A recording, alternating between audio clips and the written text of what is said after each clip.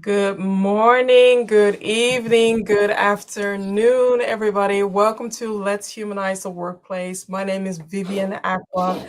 I am an inclusion strategist and a CQ facilitator, so cultural intelligence facilitator, supporting companies, supporting teams and their managers and their teams with removing barriers that hinder high performance as well.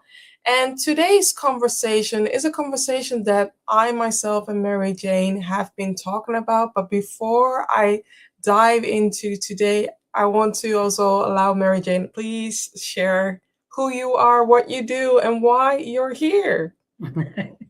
Well, I think I'll answer the last one first, and that is why I'm here. I think is because we have a really solid friendship and we do a lot of collaboration together. So we are pretty much aligned.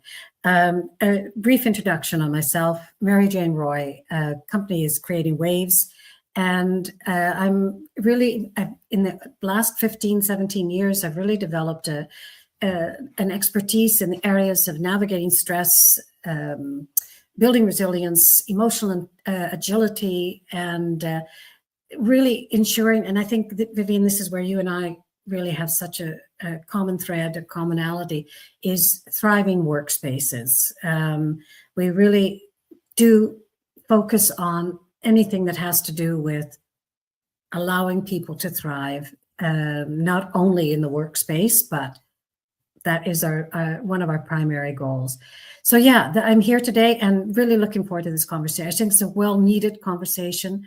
Vivian approached me with it, and I thought, yeah, it's the time is right to speak up about some of what's happening in Especially organizations. especially now. So I'm gonna read out something loud regarding the layoffs. So layoffs are not the only biggest disruptors to people operations. They are also the cause of the most damage to companies' trust. Now, when it comes to trust, know that I talked to Minda Hart and I also had a conversation with Amira Barger regarding the price of nice and also talked to me nice regarding trust. Mhm. If you want to know more, please look out to the previous conversations that I had on LinkedIn, or otherwise go to my YouTube channel where you can also look at those conversations as well, because this all builds towards the conversation that we are about to have today that is essential regarding layoffs as well. So when it comes to company layoffs, they also remain one of the least successful change management execution in businesses, whether leadership realizes or not, and the cost. Let me share the cost. And just Employees, before you do, Vivian, yeah, before you do, I yeah, just want to preface that opening sentence that yeah, you shared with the audience. That was from a LinkedIn post by Ariana Poirier. I yeah, hope I'm pronouncing her name correctly. And you can reach out if you'd like to have a link to that post that she created. I think it was a definitely, really worthwhile one. Yeah. Sorry, Emma, definitely. go No, ahead no, no. and It's all added. That's how we roll. That's how we roll, right? So let's look into the costs. People are no longer engaged. Employees don't feel successful. Employees don't want to be innovative, solution orientated, but also collaborative. Employees are no longer loyal. Instead, they are too busy not trusting the company or their leadership. They are too busy with the additional workload on top of their current workload that they have. And also, they are too busy looking for work elsewhere. And another thing that I would like to say is that no matter who is on which end, so what I'm trying to say is that whether you are the person who's dealing with a layoff, you've been laid off by your company or by your manager, or you are the remaining team member, both of them are dealing with trauma, and that is the loss of somebody who is leaving, right? They are grieving, and you have these different phases of grieving, and oftentimes the grief is being dismissed, like on to the next one and on to the move. But sometimes people identify with their work or identify with their company, especially if they felt a really good connection with the company or felt like this is my second home that I'm going towards too, right? So it's important that leaders our leaders are making decisions. HR is taking the heat. People are losing trust, and culture is paying the price at the end of the day, because it's not easy to go back to normal if normal has been disrupted. And this is a valuable thing that I want to reiterate. Layoffs are a big disruptor. But then when it comes to executing them in a human way, in a right way, in a humanizing way, or in an ethical way, people don't take that into account.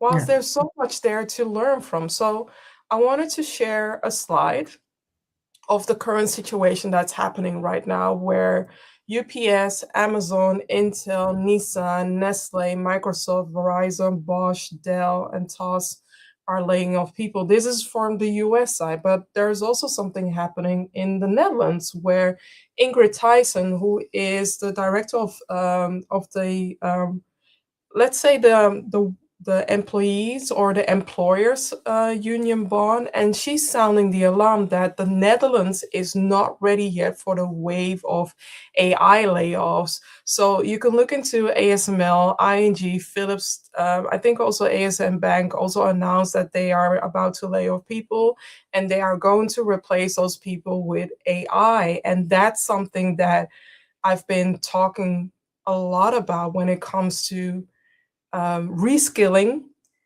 training your people to become resilient in this AI domain, help them understand how they can communicate, help them understand how they can create prompts in AI as well. So Mary Jane, I want to hand it over to you as well. What do you have to say regarding what I shared right now? Well, I think, somebody that I've had a lot of respect for since I heard him speak at Nairobi, I think back in 2017 or 2018, and that's Bob Chapman. And there was recently an interview published interviewing him. Yep. And the headline really caught me. He's grown this business in the last 50 years to $4.5 billion. Without ever laying off. Zero layoffs. Yeah. And so since, he kind of had this epiphany moment back around 2000. But he really does, and he's written a book called Everybody Cares. Everybody? No, everybody. Oh, we'll look it up. Everybody matters. Everybody matters. That's it. Everybody matters. Yeah.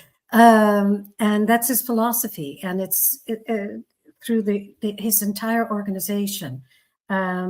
He actually, I heard him speak once in an interview where he doesn't fire people. He lets them realize that they're not a fit for the organization, and that they themselves choose to step out because it's not the way they want to work.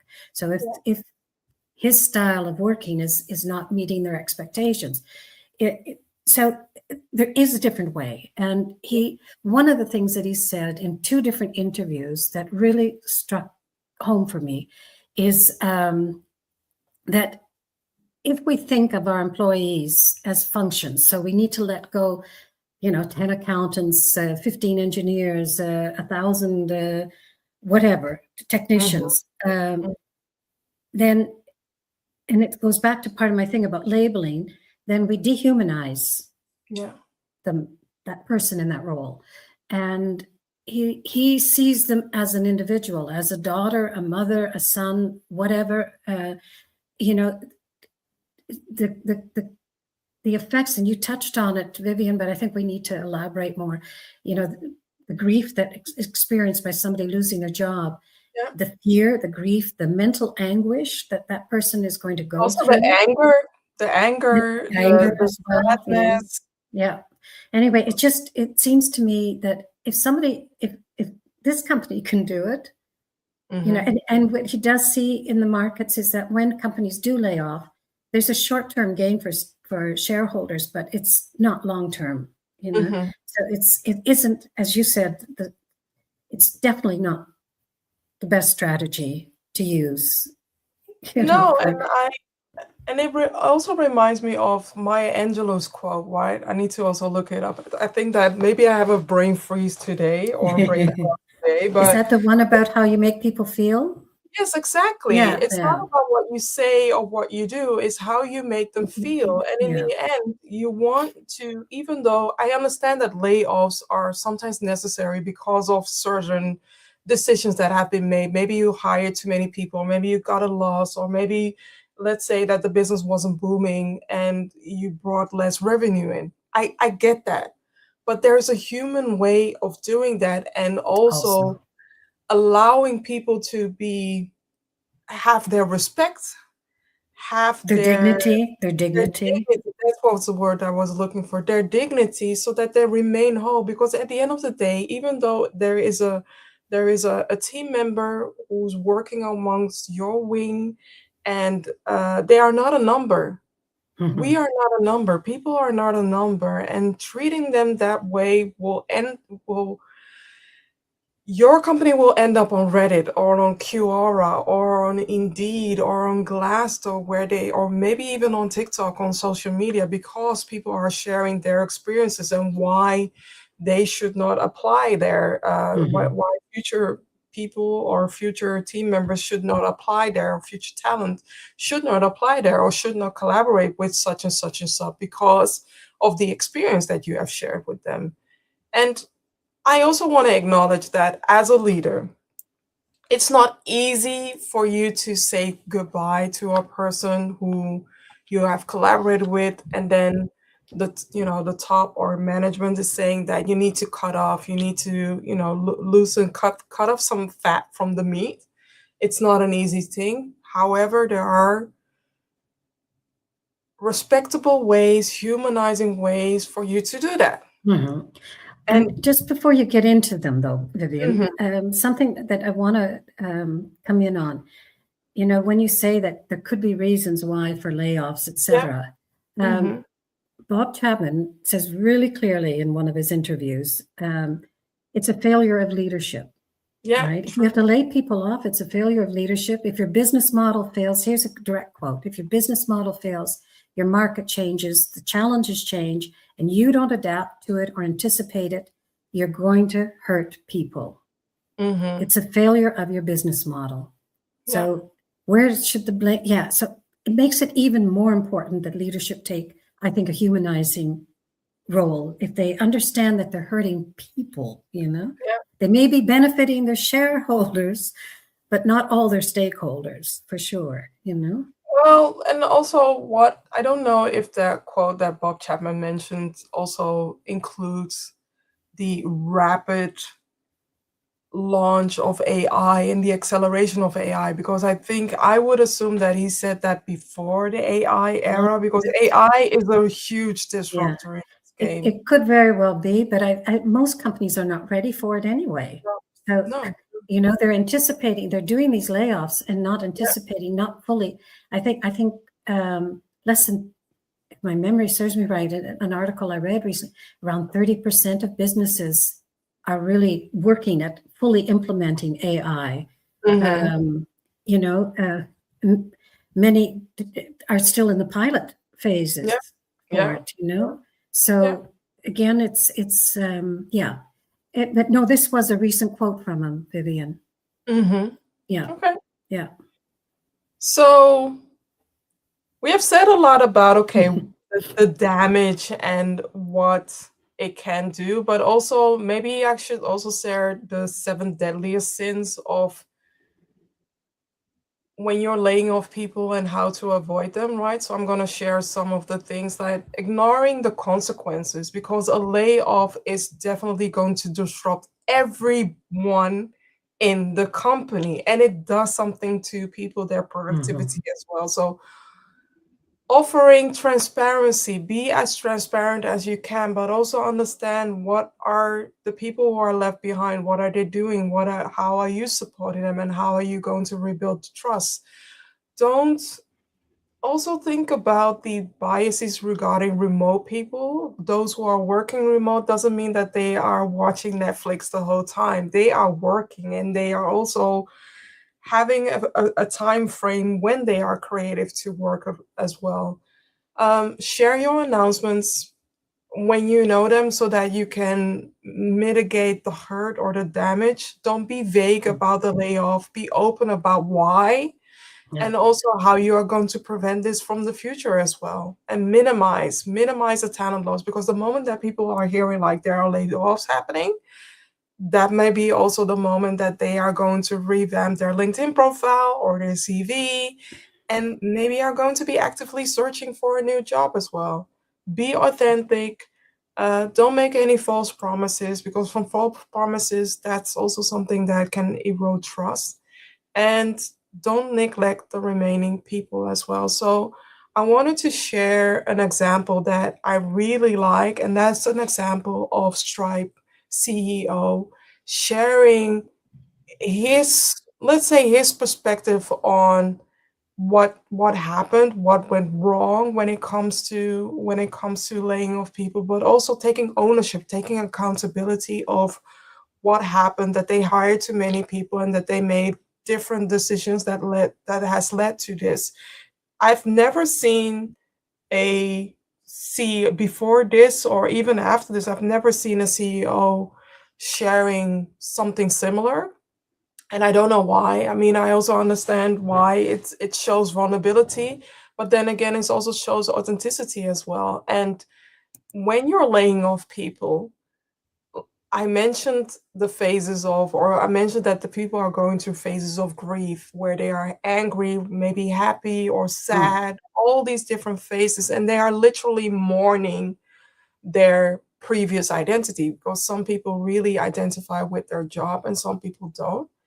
But on the other hand, you also have to realize that you as a company can set people up for success, even though you have to let go of them. And that's what Stripe did. So they made sure that they were paying a severance pay of 14 weeks.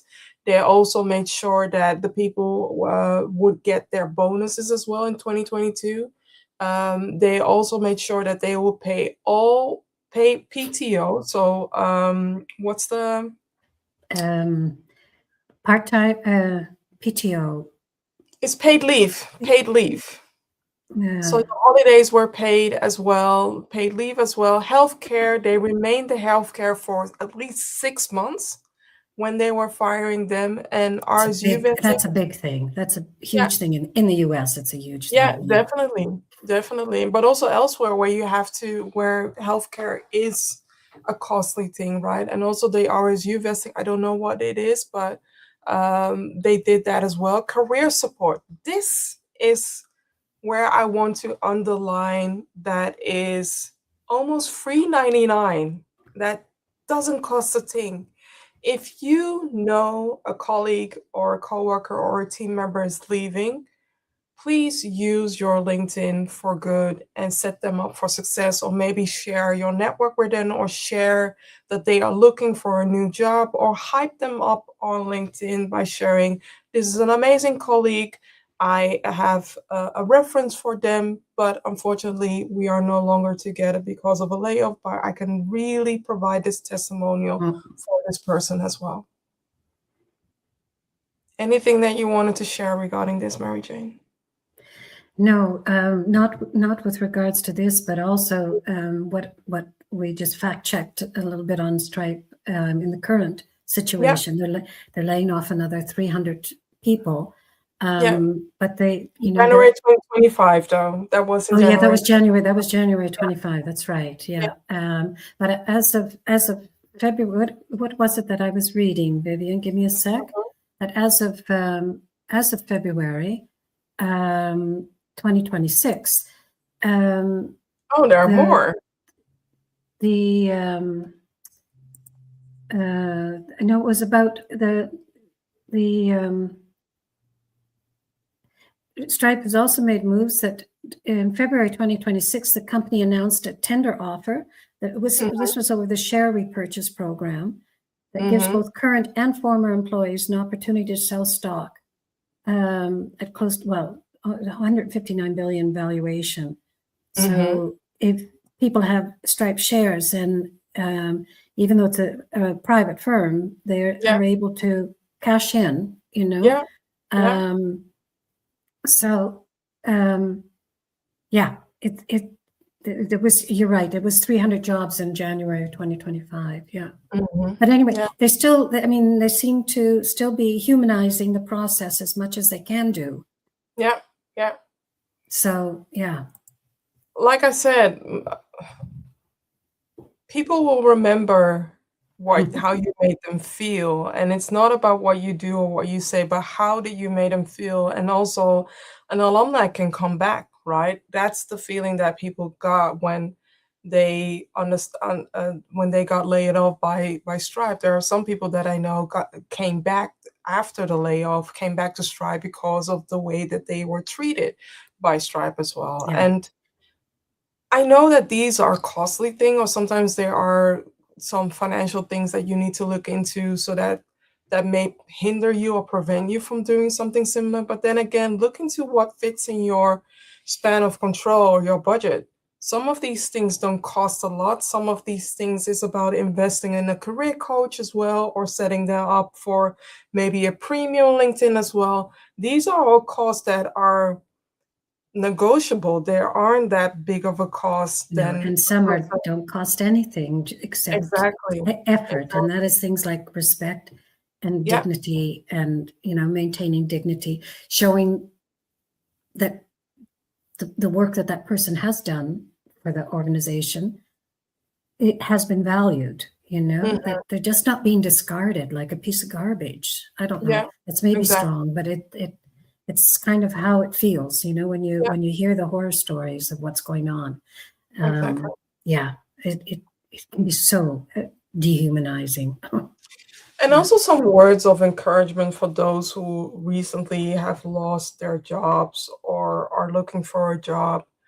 I would say reach out to your former coworkers or maybe your former managers and have a conversation, have a cup of tea with them or a cup of coffee with them, and talk about how they can leverage their network or their LinkedIn or maybe other networks so that they can help you find a job. I Mhm. sometimes on LinkedIn see people sharing that, and the least that I can do is give it a like so that my network also sees that as well. So when I see that, when I notice a post, even though I don't know that person, I will make sure to click on it and share a like, because you never know. Maybe there's somebody within my network that is looking for somebody like you or somebody else or your former colleague, right? So when you're thinking about, but I don't have the funds or the means to support a colleague or support a former team member, think of what you can do that is free or that is leverageable, or talk about them when they are not in the room. Yeah. I think one other piece of advice, right now, I think LinkedIn is still our best platform for Yeah. professional, Mhm. for professional people. Yeah. So keep, I had conversations with a few people on Saturday, and I've already booked a call with To the event that we went, to the event that we yes, went. the event that we went to together on We Saturday. both were at the OMIC event together Yeah, the last OMIC Saturday. event, and I had a fabulous time. It was really wonderful and Yeah. gave me new perspectives and insights and inspiration. Mhm. But one of the things that and I've got a call set up for Wednesday, but is with somebody that to say, okay, you still have work right now, but you need to update your LinkedIn. So Yeah. keep your LinkedIn profile up to date. Mhm. Talk about yourself in the about section and Yeah. describe what your responsibilities have been in each of those areas of employment that you've had over the Mhm. years. So don't sit back and think, you're comfy, because I don't think anyone right now working in an organization can rest on their how long they've been with the company, or the fact that their expertise is such that the company won't let them go.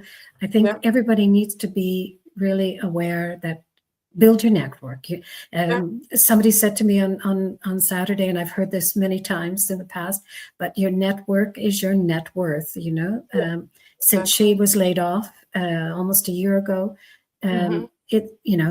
She's realized that she didn't invest enough time and effort into her network. So a little bit of advice, everybody who's going to be listening to this. We had quite a few people, I think, registering for the event. So I'm hoping that we're going to be able to reach. Definitely, I know that we'll quite reach. a few And also people. know that I'll share a summary in the upcoming days about this conversation as an infographic as well. But share this. Yeah, those are great, Vivian. Those are great tools. Yeah. The infographics. Yeah.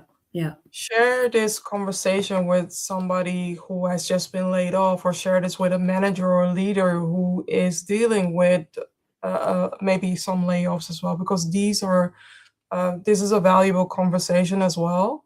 And I also wanted to reiterate that LinkedIn, I mean, I almost forgot about sharing that, but this morning when I opened LinkedIn, I noticed that I've reached 20K followers. And I'm very open about me being an introvert, but also being an ambivert. I have my stages or phases where I'm more ambivert, or phases where I'm more introverted as well. And when I started out my career, I was just like, okay, I'm going to use LinkedIn as a resume bank, because that's what it was in the beginning, in the early stages as well.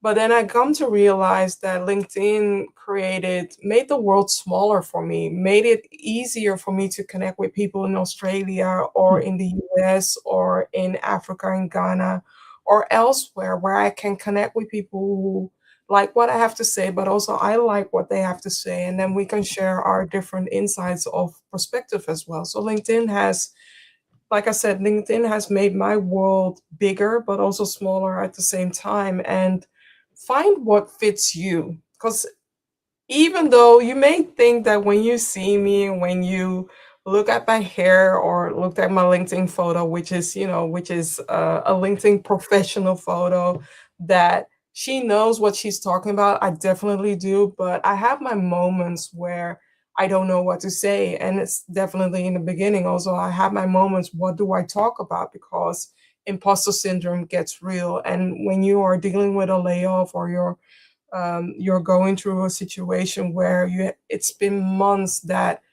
it's been months that you're looking for a job and nobody replied, or you haven't gotten a yes. It's not you, but it is a moment for you to reconnect with yourself, where you want to be, because sometimes the universe is saying something to you every time that there is a no. And on the other hand, you also have to realize that what can you do to revamp your LinkedIn profile? So whether it's look at the photo. Sometimes I see people, their LinkedIn profiles, and I can see from the background that it's a wedding, it's a photography from a wedding, from a wedding event. So make sure that when you want to use such an image, or you went to a wedding and you want to use that as a photo for your LinkedIn, make sure that it does not contain any details where people are going to be like, okay, but that's a holiday photo, or that's not an appropriate professional photo, or that's a wedding photo, or that is a social event. Because people look at you, people will look at your picture and will immediately activate their unconscious bias based upon your picture. And what is the perception that you want to share with them?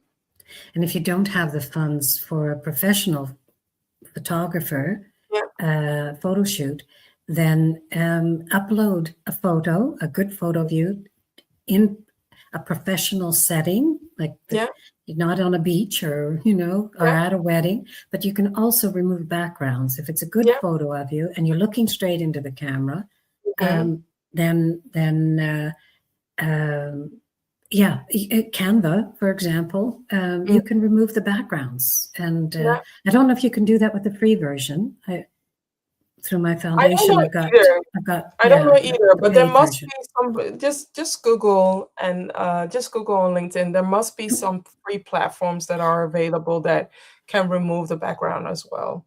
Yeah, and maybe the AI tools, the visual tools that are coming out, popping out everywhere.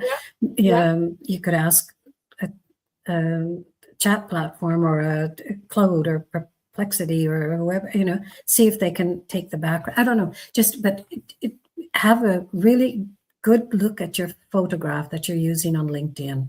It should be professional, it must look professional. Yeah. I also see a comment, and I am going to share some coaching in this conversation as well. So this is something that I often seek. I often see when people are approaching me, like they are seeking for a suitable job, preferably in a space. So in this case, in Germany or Berlin. Let me know you have an appropriate one. In all fairness, you need to be specific. What are you looking for? Maybe the hours or time that you're looking for, in which reading that you're looking for, but also make sure that your LinkedIn profile is up to speed where people can immediately connect the dots. Yeah. Yeah. Your motivation Yeah. for what you're looking for, the impact that you want to make. These are also really, and that was something that I was really appreciative of with the women that I spoke to on Saturday at this OMEC event, is that they clearly are motivated and they clearly can state, the impact that they want to bring to the world, into their work situation. So yeah, those are important things that you've got to bring that across to the recruiter who's looking, headhunter, looking at your profile. And so, yeah, critical points. Yeah, and also look into it if you want your name to be open or not, because of I think that there are some settings that you have selected where I'm not able, or people are not able to see your name. So now I'm seeing you as a LinkedIn user. Again, I don't know the reasons why people are blocking, because there might be, personal reasons why some people are blocking their images, their photos as well, or their names as well. But please be mindful when you're looking for a job. It's helpful to have certain preferences open so that people can see immediately, oh, I know this person, they are looking for a job, and I remember this name, because now people need to dig in to the LinkedIn version or the LinkedIn live stream to dig in who is the person that mentioned this. So I hope by putting the spotlight on you that other people can recognize that as well, and other people can look for your comments so that they can reach out. But make sure that you be more specific when you say that you are looking for a job as well, because a suitable job, any job can be suitable. Yeah. That's what I get from you need that. to be found. You need to be found. That's a critical point. Exactly. So going to the last I wondered if you would show some of the data. Great. Yeah. Oh, good. Are you going to say something? You can kick it off. Yeah, this says it, I think, everything that we were prefacing before about the fact that when layoffs happen, it's not just affecting the people who are leaving the workforce, but it's definitely affecting the people who are left behind. And here you can see that the largest drawback is that they don't have, their workload is increasing. There aren't enough people to manage the existing workload, let alone bring in new work streams. Revenue streams. So again, is it the best thing that you can be doing? Well, there might be some financial reasons why, but also there is this hype of organizations and managers thinking that we're bringing AI in and we are, let's say, reducing the amount of people, but AI is not going to solve every challenge. And you need humans to really be critical about what AI is doing. You need humans, you need people to leverage their cultural intelligence so that they are not making a mistake like the football coach of FC Football Club Sochi, where this person relied heavily on ChatGPT by when they are going on offsite events as well, and not planning enough rest for the team members, but also hiring a person only based on AI with all the statistics that this person had. In the end, this new football player wasn't the right fit for FC Sochi, and they found out, so they fired the football coach as well. Now, this is a very, it's not an exaggeration, it's a real scenario that I've written about, that I talked about as well. But this could be your next employee as well. This could be somebody who he is not activating critical thinking, not activating cultural intelligence, and leaning back thinking that AI is going to cover everything. We still need people to navigate and direct AI through this journey as well. Mm-hmm. Yeah. Yeah. And I think I'll go back and I'll repeat. I don't think enough organizations are ready to make these decisions regarding we can cut back so many positions. They have no idea what they're doing, and the impact that AI is going to have. I think a lot of it is overestimated at this point. Mm-hmm. In a way it is, but then in a way, when companies or people are not being directed to investing in their professional development when it comes to AI, when it comes to prompting, when it comes to reasoning. I use AI for brainstorming. I use AI to help me structure help me structure a thought that I have. So I always dictate. All my posts are based on dictation in Word, or now I'm using a different tool right now, which I'm going to write about, that helps me with reducing the typing time, because the amount that you are typing, you're thinking in your head, and I'm more of a person who talks faster than that I type. Mm-hmm. And it helps me structuring things. It helps me create the beginning and the end of the story, but still everything in the story is still me. You can still see and feel the essence of, would Vivian say this? And sometimes when you see AI, you sometimes don't always see, like, this is a person that heavily leans on AI. So I use AI as a co-pilot. I use AI as a co-facilitator instead of it leading me. Mm-hmm. Yeah. Yeah, it's my reference bank, I mean, that's all, Yeah. Am I on the right track with something? And yeah. But okay. I think, I mean, hopefully we've given lots of food for thought, both for organizations, but also for employees, and whether you've been laid off or whether you stay, the role that you can play in supporting your colleagues, or your ex-colleagues in this case, can be really, I think it's a great point that you brought up, Vivian, of, the role that we each can play in maintaining the humanity within the organization and maintaining somebody's dignity, Exactly. Those are no cost. I mean, I also want to share something for leaders and the remaining team members as well. So how to lead well after a layoff or after downsizing. First and foremost, stay human and stay connected. Communicate openly and personally. Don't create any impersonal emails, but give people the space to process, to marinate what's happened, but also to process their own emotions. Because like I said in the beginning, everybody is going to grieve about it. Some people grieve a little bit shorter. Some people need more time to grieve on what's happening. So support them with processing their feelings, acknowledge the personal impact of the layoff, listen, and provide support without rushing. Seek external support. Let them vent privately with trusted advisors instead of their team, so that they remain confident under your leadership as well. So provide coaching, provide support. If that's something that you're looking for, know that Mary Jane and I can also support with you on that as well.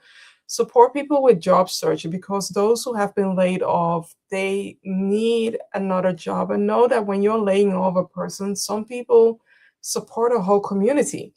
It's not just one person who is providing, let's say, providing their family or their immediate family and supporting them. Sometimes they are supporting people back home as well. That's what my parents have been doing, and that's also some of the people that come from a community mindset have been doing that. You're not only laying off them, you're also laying off their family members as well. So know that. Value high performance, high performers, reassure and invest in your top talent, help them see growth opportunities as well, provide them mentor, provide them coaching, prioritize strategically, identify which goals are critical and which can be deprioritized so that they can manage their workload effectively, because the workload will be more once people are being laid off as well. And collaborate across teams. Collaborate with other teams so that you can use the best of both departments or best of teams, so that they can seek out partnership, they can share resources, and then you optimize efficiency and reduce redundancy as well. And maybe last words from me would be, just remember that it does not have to be only an economic transaction. Yeah. You're dealing with a human being, Yeah. and everything that comes along with that. So yeah, it's not just an economic trend. I pay you, so you give me back this. I no longer pay you. I'm no longer responsible for you. That would be an economic transaction, and I don't see this. I would like to think that more companies like Barry Miller, that Bob Chapman has led for the last 50 years, now his son has taken over, that more companies can become truly human leaders in leadership. Yeah. That's why, we talk about this, let's humanize the workplace, because workplaces have seemed to be, some workplaces are human, some workplaces are being dehumanized, and we need to bring the human element back, because without the people, you don't have your organization without your people. That's it. That's it.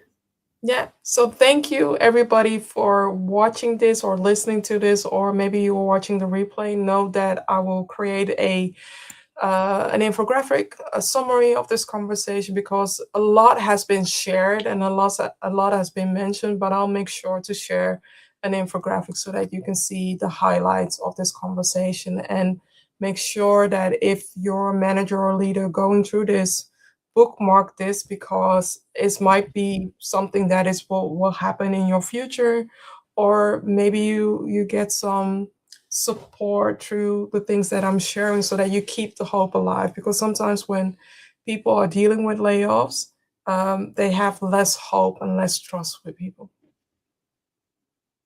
Absolutely. Thanks, Vivian. Any final words? No.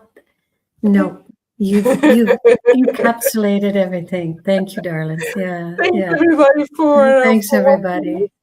And I'll be back on Friday the 13th with Ada Paris. I'm going to interview her on Friday the 13th, which is an interesting day, but I'll soon share the event as well on LinkedIn. Follow me, let me know, and follow both of us. Let us know if you have any questions regarding this as well. And also know that we're here to support you. This is not about bashing you or bashing the company when it comes to layoffs. We totally understand that you're going through this phase, and that this phase is it's needed for survival mode.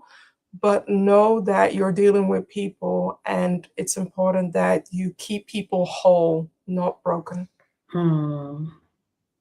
Okay, now you've really nailed it. Until next time. Bye, everyone.